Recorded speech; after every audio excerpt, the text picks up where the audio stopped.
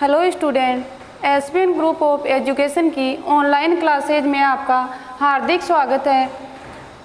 आज DElEd first year का हम पर्यावरण अध्ययन शिक्षण की पुस्तक है उसके बारे में अध्ययन करेंगे। तो आज का हमारा टॉपिक हुआ पर्यावरण का अर्थ, स्वरूप और प्रकृति या विषय क्षेत्र। तो इसका अर्थ है, हम सबसे पहले पर्यावरण के बारे में चर्चा करेंगे। पर्यावरण किसे कहते हैं? पर्यावरण हमारे चारों तरफ का जिसमें जीव जंतु, पेड़ पौधे, जल, वायु, वनस्पति आदि सम्मिलित होते हैं। इन्हीं के समूह को हम सामूहिक रूप में पर्यावरण का नाम देते हैं। पर्यावरण का शाब्दिक अर्थ देखते हैं हम एक बार। पर्यावरण परि का अर्थ है चारों ओर और आवरण का अर्थ है घेरे हुए। इसका मतलब हमारी प्रकृति में जो हमें चारों तरफ जो मनुष्य जीवन, जीव जंतु आदि हैं जिससे हम प्रभावित होते हैं, यानी कि मनुष्य का जीवन और मृत्यु तक पर्यावरण के बिना जीवन असंभव है। तो इसमें पर्यावरण शब्द अंग्रेजी के एनवायरनमेंट शब्द से बना है। एनवायरनमेंट शब्द फ्रेंच भाषा के एनवायरनमेंट से बना है, जिसका भी अर्थ है पर्यावरण जो हमारे चारों ओर का, चारों दिशाओं का जो घेरा है उसी को हम पर्यावरण कहते हैं। अब एक परिभाषा दी है विश्वकोश के अनुसार। विश्वकोश के अनुसार क्या है पर्यावरण की परिभाषा? कि इसके अंतर्गत उन सभी दशाओं, संगठन एवं प्रभावों को सम्मिलित किया जाता है। क्या कहा है? पर्यावरण के अंतर्गत उन सभी दशाओं, संगठन एवं प्रभावों को सम्मिलित किया जाता है जो किसी जीवन या प्रजाति के उद्भव, विकास एवं मृत्यु को प्रभावित करता है। अब इस परिभाषा में स्पष्टीकरण ये है कि इसके अंतर्गत हमारी जो मानव जीवन की सभी दशाएं हैं, संगठन है, प्रभाव है, यानी कि जो किसी जीवन या प्रजाति, जो हमारी मानव, जीव जंतु, वनस्पति आदि की प्रजाति है, उसका उत्पत्ति भी इसी से होती है, पर्यावरण से, विकास भी उसी से होता है और मृत्यु पर्यंत हम पर्यावरण का सहारा ही लेते हैं। पर्यावरण के बिना मनुष्य जीवन असंभव है। इसी प्रकार जे.एस. रोच ने भी यही बात कहते हुए कहा है कि पर्यावरण के अंतर्गत ऐसे घटक हैं जो हमारे मनुष्य जीवन को बहुत ही प्रभावित करते हैं। जैसे हम देखते हैं, स्वच्छता नहीं रहेगी पर्यावरण में तो हमारे अंदर कई प्रकार की बीमारियां उत्पन्न हो जाएंगी। तो हमें पर्यावरण को स्वच्छ और अधिक से अधिक संख्या में पेड़ पौधे लगाने चाहिए। अब देखो इसकी परिभाषा देखते हैं हम। पर्यावरण या वातावरण वह बाह्य शक्ति है जो हमें प्रभावित करती है। अब हमें प्रभावित ऐसे करेगी कि जीव जंतु, पेड़ पौधे, हम हैं, मनुष्य जीवन, खाने पीने, हमारे घर के कामों में, बाहर के कामों में, हम किसी भी चीज़ में, हर चीज़ बाहर की प्रकृति की यूज़ करते हैं। तो प्राकृतिक और सामाजिक दोनों तरफ से हमारे लिए पर्यावरण बहुत ही उपयोगी है। अब इस प्रकार पर्यावरण के चार घटक हैं। पर्यावरण में जैव मंडल, जीव जंतु हमारे सारे आ गए इसके अंदर, हम मनुष्य, मानव, जीव जंतु, सूक्ष्म जीव सभी।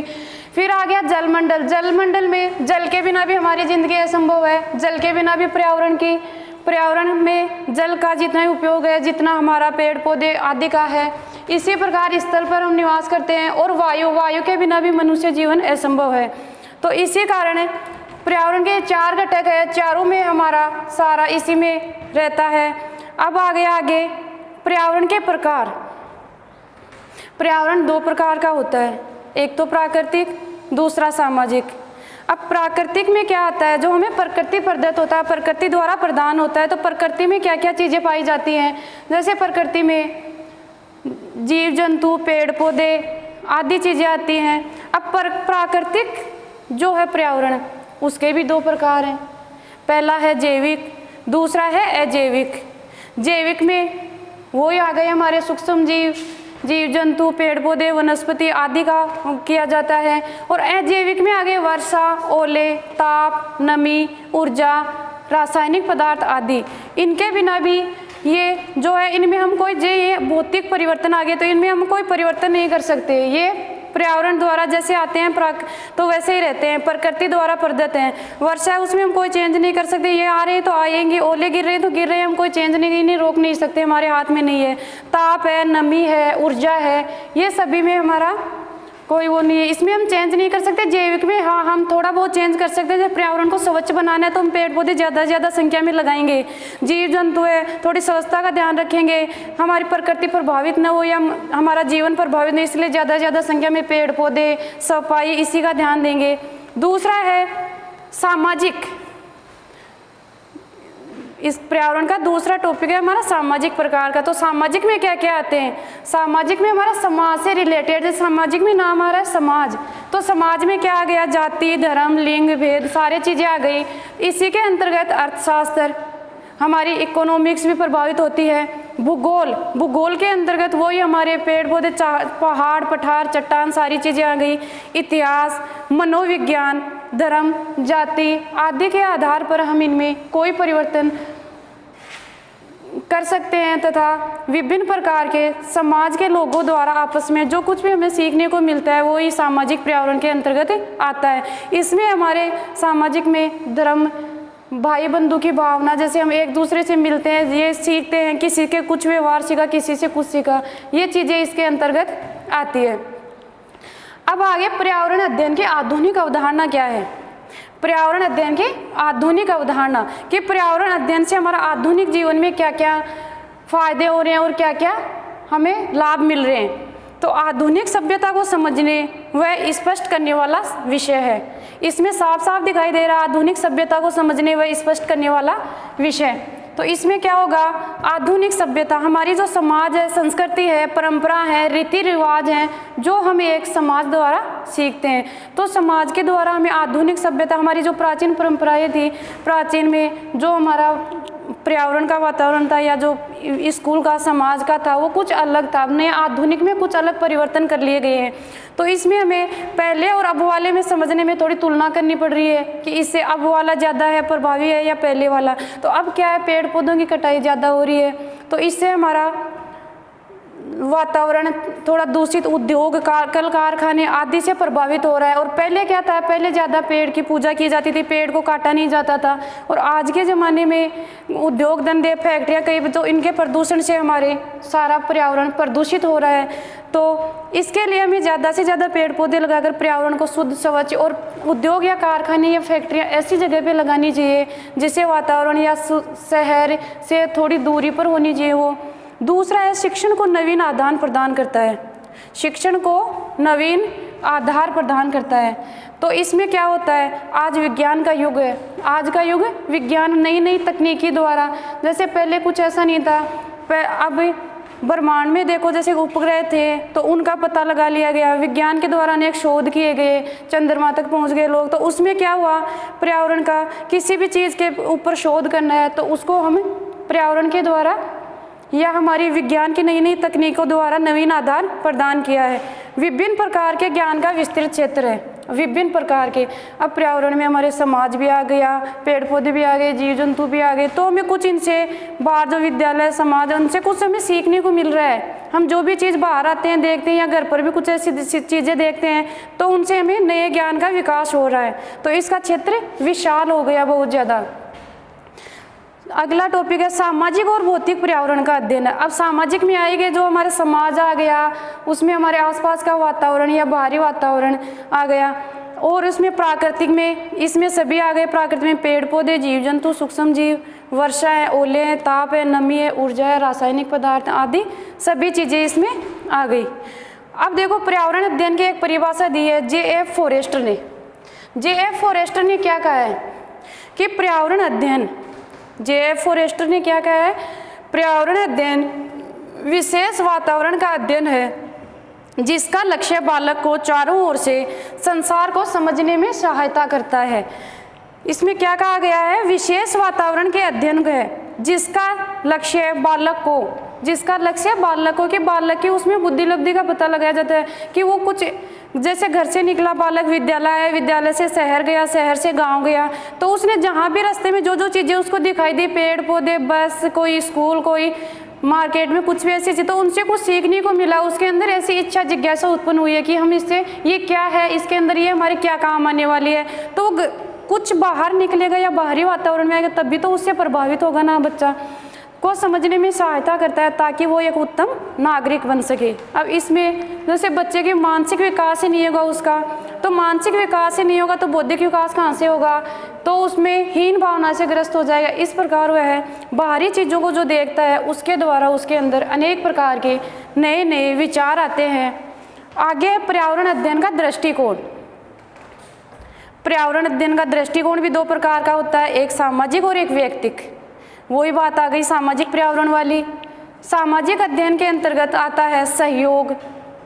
सामाजिक दृष्टिकोण के अंतर्गत क्या आया, सहयोग, यानी आपस में सहयोग की भावना, एक दूसरे से मिलना जुलना, एक रूपता।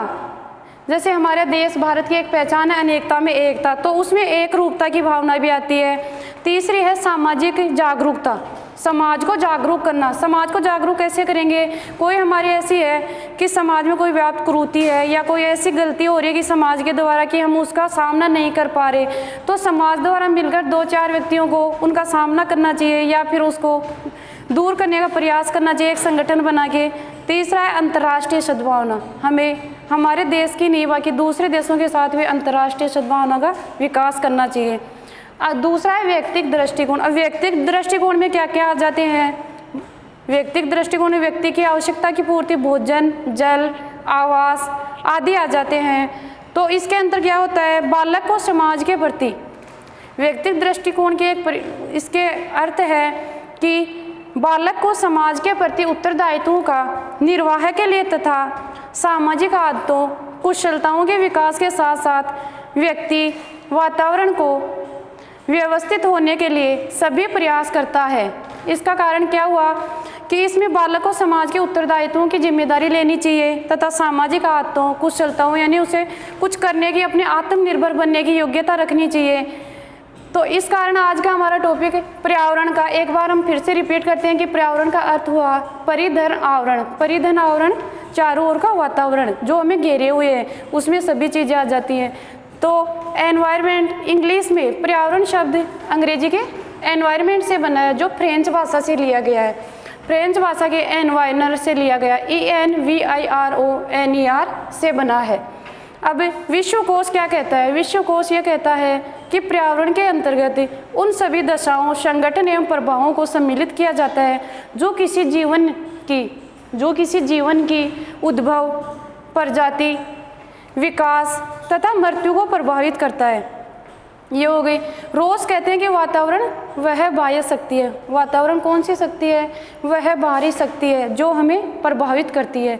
इसी कारण पर्यावरण के 4 घटक हैं। 4 घटक में जल मंडल आ गया, स्थल मंडल आ गया, वायुमंडल आ गया, जैव मंडल आ गया। पर्यावरण 2 प्रकार का होता है, पहला जैविक, दूसरा अजैविक या भौतिक। जैविक के अंतर्गत वही पेड़ पौधे, जीव जंतु, सूक्ष्म जीव आदि आ गए। अजैविक में वर्षा, ओले, ताप, नमी, रासायनिक ऊर्जा आदि आते हैं।